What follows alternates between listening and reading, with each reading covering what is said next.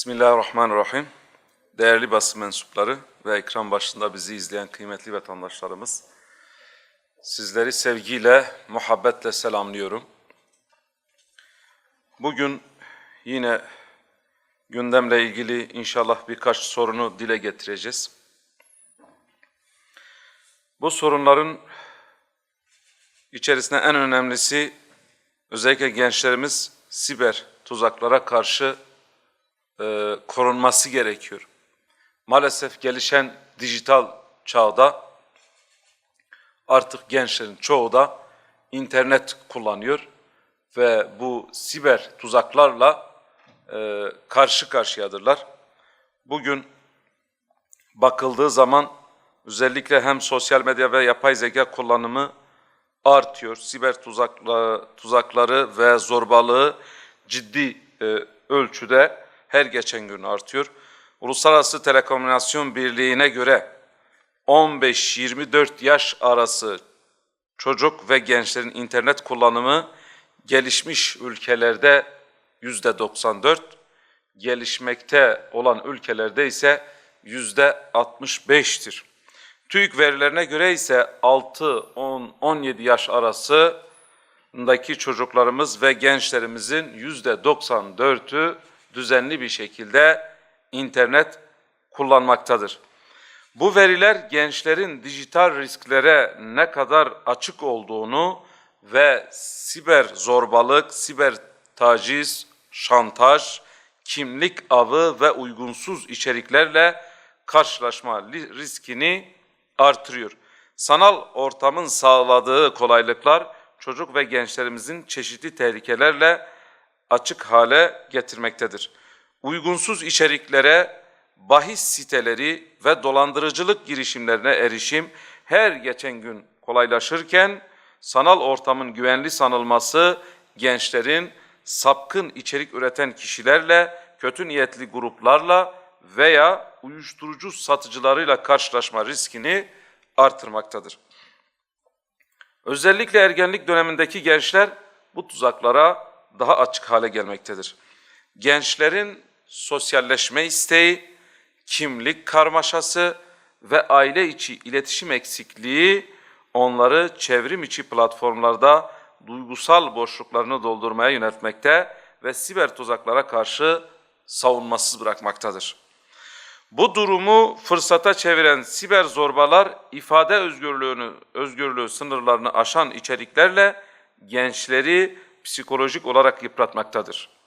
Bunun sonucunda insani duyguları zayıflatan madde kullanımı, şiddet, intihara meyil gibi davranışlara yatkın, tatminsiz bir gençlik ortaya çıkarmaktadır. Bu risklerin önüne geçmek için hem devlete ve ilgili kurumlarına hem de ailelere büyük sorumluluklar düşmektedir. Ebeveynler çocuklarıyla güçlü iletişim kurmalı ve yargılamadan takip etmeli, güvenli sanal ortamlar sağlamalıdır.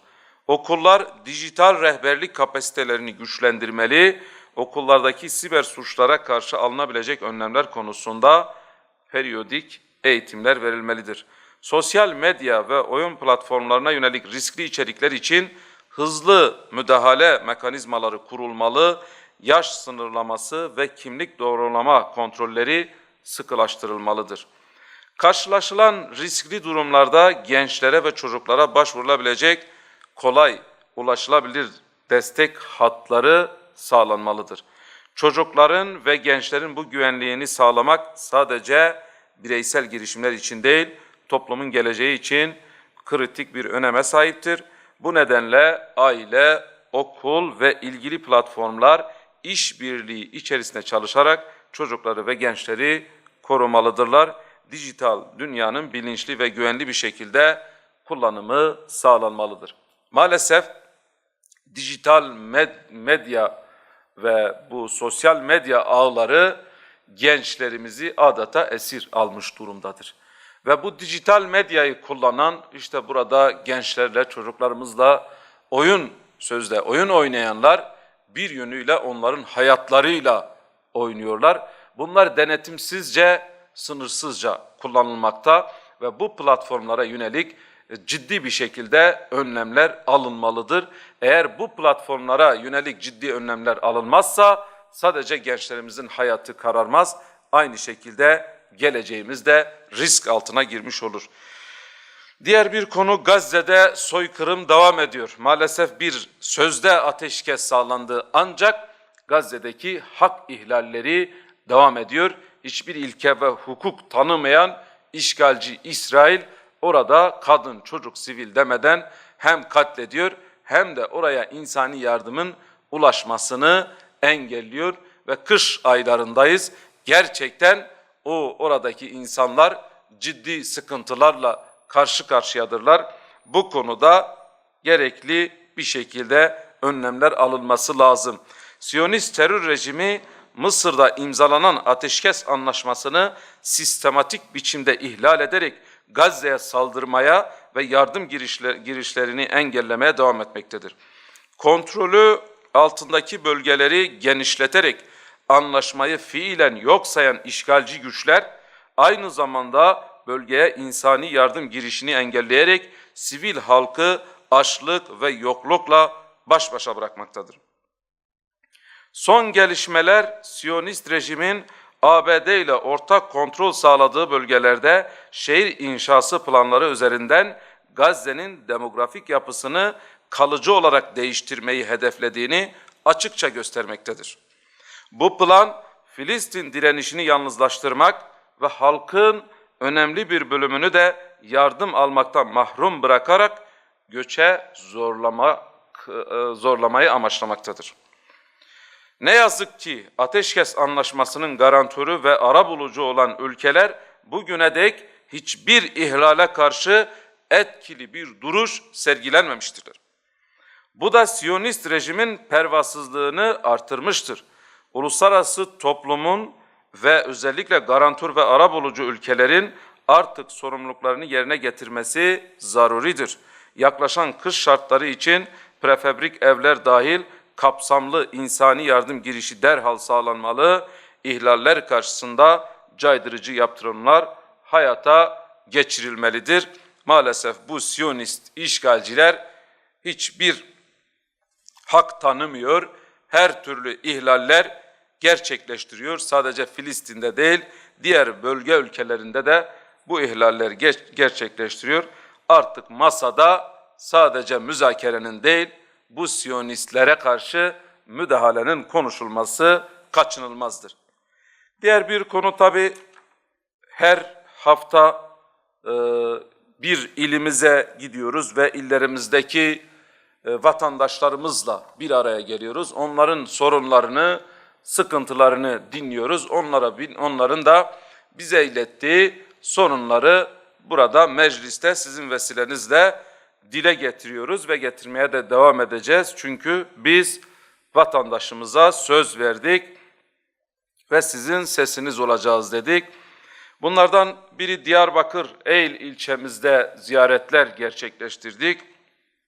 Hem köylerde ziyaretler gerçekleştirdik, hem Eğil Merkez ilçesinde esnafımızla bir araya geldik, muhtarlarımızla bir araya geldik, kurumlarımızla bir araya geldik ve orada bize iletilen sorunlardan birkaç tanesini burada inşallah iletmiş olalım. Birincisi, doğalgazın götürüldüğü 4. etap organize sanayi bölgesinden 15 kilometre mesafede olduğu halde işte Eğil ilçesinde maalesef şu an doğalgaz yok bize iletilen sorunlar arasında. Diğer bir konu, Diyarbakır-Eğil arası yarım kalan yol tamamlanmalıdır ve bu yol tamamlanmadığı için ciddi kazalar yaşanıyor. Bu kazalarda insanlar hayatını kaybediyor. Bu konuda bir an önce de bu yolun bitmesi gerekiyor. Diğer bir konu, bu yola bağlanan peygamber kabirlerinin bulunduğu yerleşkenin güzergahında sinyalizasyon, bariyer ve yol çizgileri gibi eksiklikler giderilmelidir. Eğil ile Adalar bölgesinden daha önce var olan feribot hizmeti içme suyu havzası diye durduruldu ve bundan dolayı şu an Eğil ile işte bu Adalar bölgesindeki köylerin arası kopmuş durumda. Yani Eğil tarafında o Adalar bölgesinde köylerde kalan vatandaşlar bir hastası olduğu zaman gerçekten Eğil'e ulaşmaları çok zor olmuş. Eskiden bu feribot üzerinden barajın karşı tarafına geçiyorlardı ve hastaneye gitme veya ile gitme, çarşıya gitme ihtiyaçlarını karşılama konusunda bu ihtiyaçlarını karşılıyorlardı. Ama şu an orada bir köprünün olmaması, feribotun da iptal edilmesi, daha önce mevcut olan köprünün de suyun altında kalması ciddi mağduriyetlere sebebiyet vermektedir. Ve maalesef vatandaşın bize aktardığına göre işte vatandaşa söz verilmiş, buraya köprü yapılacak. Bu konuda böyle iddialar da var. Ancak ne ortada bir köprü var ne de ortada o mevcut feribot var. Ve bu yönden vatandaşların özellikle sağlıklı bir şekilde ile gidip gelmesini sağlayacak bir yolun, bir formülün bulunması gerekiyor. Diğer ile adalar bölgesi arasındaki ulaşım sorunu mutlaka çözülmeli. Diğer bir konu Zülkifil ile Elyasa peygamberler, Allah'ın selamı onların üzerine olsun. Birlikte 9 peygamberin kabrinin de olduğu Eyl'de tarihi dokuya uygun otel, çarşı ve pansiyon ihtiyacı var. Bunun karşılanması gerekiyor. Belki bu vesileyle burada yatırımcılarımıza bir çağrıda bulunmuş oluruz. Gerçekten Allah'ın peygamberlerinin kabirlerinin olduğu Eyl'e yatırımın yapılması, orada özellikle çarşının yapılması, oranın tarihi dokusuna uygun bir otelin yapılması gerekiyor. Bu konuda en azından yatırımcılarımızın da dikkatine sunalım bunu. Peygamber kabirleri yerleşkesiyle Asur Kalesi arasında teleferik yapılmalı diye bir talep ilettiler bize. Son olarak da tarihi bölgenin UNESCO Dünya Mirası listesine alınması için çalışmalar başlatılmalıdır diye Eylül'lü vatandaşlarımızın bize aktardığı sorunlar arasında. Diğer bir konu tabii Diyarbakır merkezdeki vatandaşlarımızla bir araya geldik. Özellikle Emlakçılarla ve Emlakçılar Derneği Başkanı Sayın Mustafa Koç Beyefendi ile bir araya geldik. Onların bize ilettiği sorunlar var. Tabii sorunların detayına girsek belki çok zaman alır ama özetle şunu söyleyeyim. Diyarbakır'da arsa fiyatları çok yüksek. Buna bağlı olarak konut fiyatları da yüksek. Belki Türkiye geneli olan bir sorun, bir problem. Buna çözüm bulunmalı ve bu konuda özellikle tarım alanına elverişli olan yerler imara açılmamalı. Tam aksine işte Kararırdak bölgesi var, dağlık bölgesi var, taşlık bölgesi var. Tarıma elverişli olmayan bölgeler orası imara açılmalı ve orada belki daha uygun, daha ucuza arsalar bir şekilde maliyet düşürülerek ucuz bir şekilde düşük maliyetli konut vatandaşa tahsis edilmelidir. Bu konuda problemler var. Bir konu özellikle tapu harçları çok yüksek, yani 4'tür. Buradaki vatandaşların genel ekseriyetinin talebi bu 4'ten 1'e düşürülmesi gerekiyor. Bu da bize emlakçı kardeşlerimizin ilettiği sorunlar arasında. Diğer bir konu gerçekten Diyarbakır'da sağlık sorunu ile ilgili ciddi problem var. Mevcut hastaneler Diyarbakır'daki nüfusu karşılamıyor. Çünkü batıda İstanbul neyse Diyarbakır'da da, yani doğuda da Diyarbakır o mesafededir. Mevcut hastaneler kaldırmıyor. Diyarbakır sadece Diyarbakır'a değil, bölge illerine, hatta ülkeye, Irak'a kadar hitap ediyor. Bundan dolayı acil bir şehir hastanesi ihtiyacı zaten mevcut olduğunu bizzat yetkililer tarafından söylenmiş. Şu an şehir hastanemiz çalışmalar devam ediyor. İnşallah tez zamanda bu hastane biter ve bu konuda özellikle bu hastanenin bitmesi açısından ödenekler zamanında yapılsın ki bu hastane hızlı bir şekilde bitmeli. Vatandaş bu konuda ciddi sıkıntılar yaşıyor. Diğer bir konu çocuk nefrolojisi ihtiyacı var.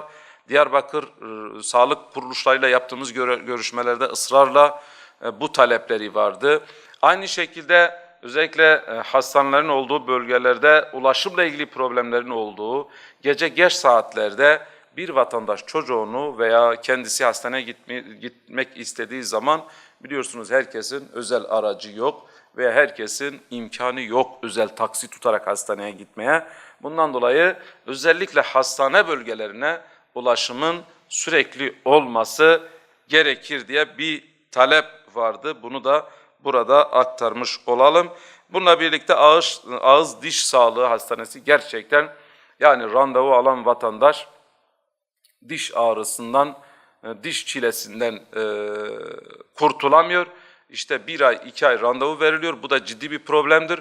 Özellikle ağız diş sağlığının sağlığı konusunda bir hastane ihtiyacı yine Diyarbakır'ın var. İlaçla ilgili problem maalesef Türkiye geneli bir sıkıntı var. İlaçlara özellikle zam yapıldığı dönemde ilaçlar piyasadan çekiliyor. İlaçlara zam yapıldığı gibi piyasada ilaç kaynamış oluyor. Bu sorunun önüne geçilmesi lazım.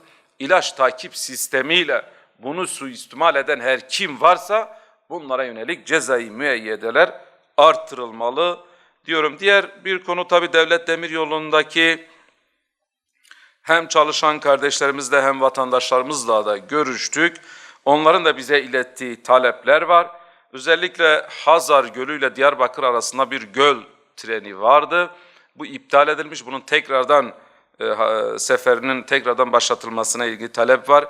Diyarbakır İstanbul'la ilgili tren taşımacılığın ve en önemlisi hızlı trenin gerçekten olması gerekir. Doğu ile Batı'yı birleştiren ana bir hat şeklinde bir hızlı trenin olması gerekiyor.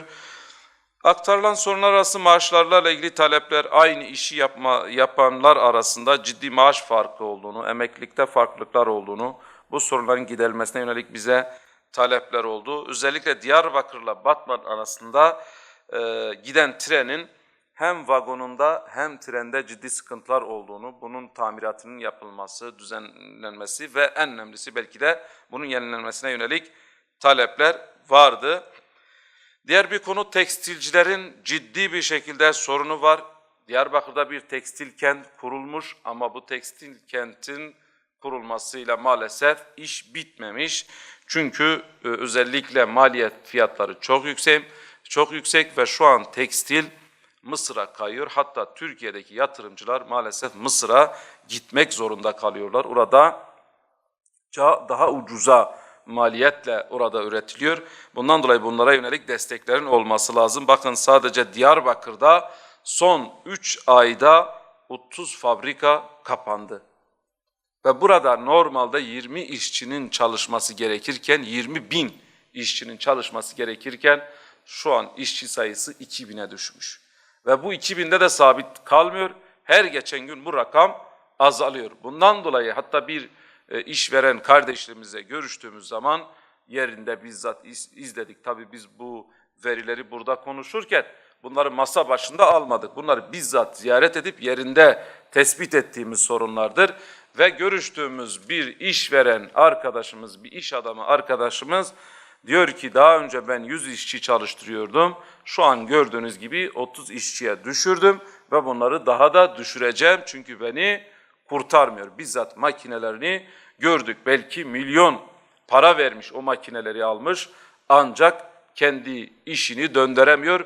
Bu konuda ciddi problemler var ve bunların görülmesi, bunların giderilmesi gerekir diyorum. Teşekkür ediyorum. Benim anlatacaklarım bu kadar.